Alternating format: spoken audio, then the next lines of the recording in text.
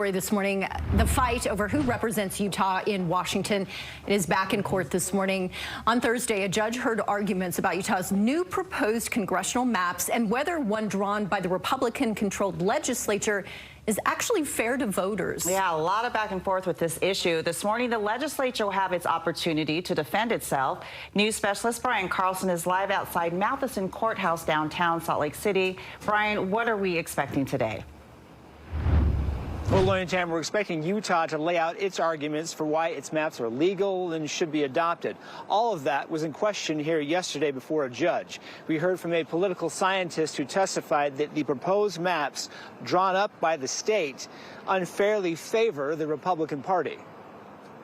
It is an extreme partisan outlier. It is more heavily Republican than almost all of the computer-simulated plans. And that was political scientist Joey Chen, who testified Republicans did not follow the required guidelines in redrawing the map.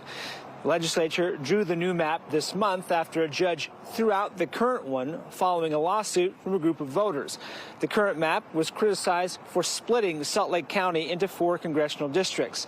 Yesterday, attorneys for the legislature tried to poke holes in the arguments against them while defending the new map the legislature drew.